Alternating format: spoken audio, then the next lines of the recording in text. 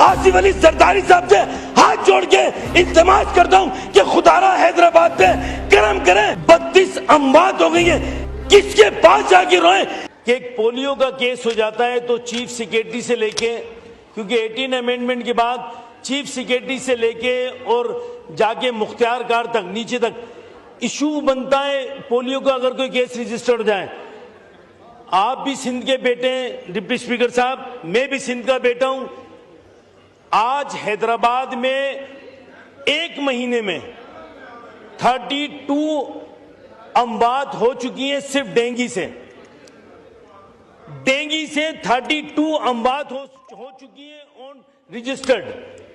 मुतल्लिका वहां पे मेयर को, ना टाउन चेयरमैन, लोकल गवर्नमेंट कोई इंटरेस्ट लेने के लिए तैयार नहीं है।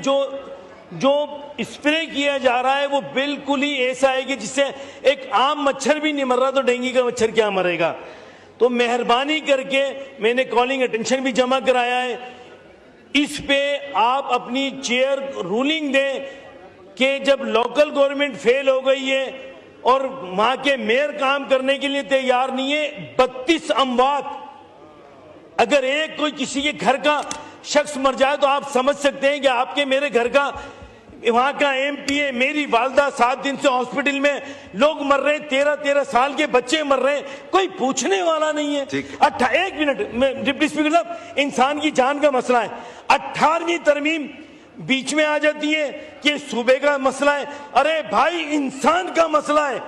32 अमवात हो गई है, किसके पास जाके रोए, किसके पास जाके रोए, किससे फरियाद करें।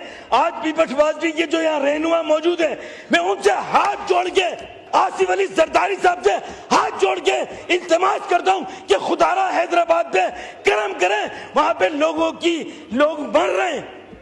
ये इंसान की सियासत से हटके, खुदा की कसम ला इलाहा इल्लल्लाह मोहम्मद रसूलुल्लाह, सियासत से हटके इंसान मर रहे हैं, कोई पूछने वाला नहीं है। किससे फरियाद करें। आप मिस्टर चेयर डिप्टी स्पीकर साहब, आप रूलिंग दें, कोई कमेटी बनाएं, फेडरल अपनी इंटरविंग करें, किसी तरह एनडीए में वहां पे इन्वॉल्व हो, कोई ना कोई हल निकालें। लोग मर रहे हैं।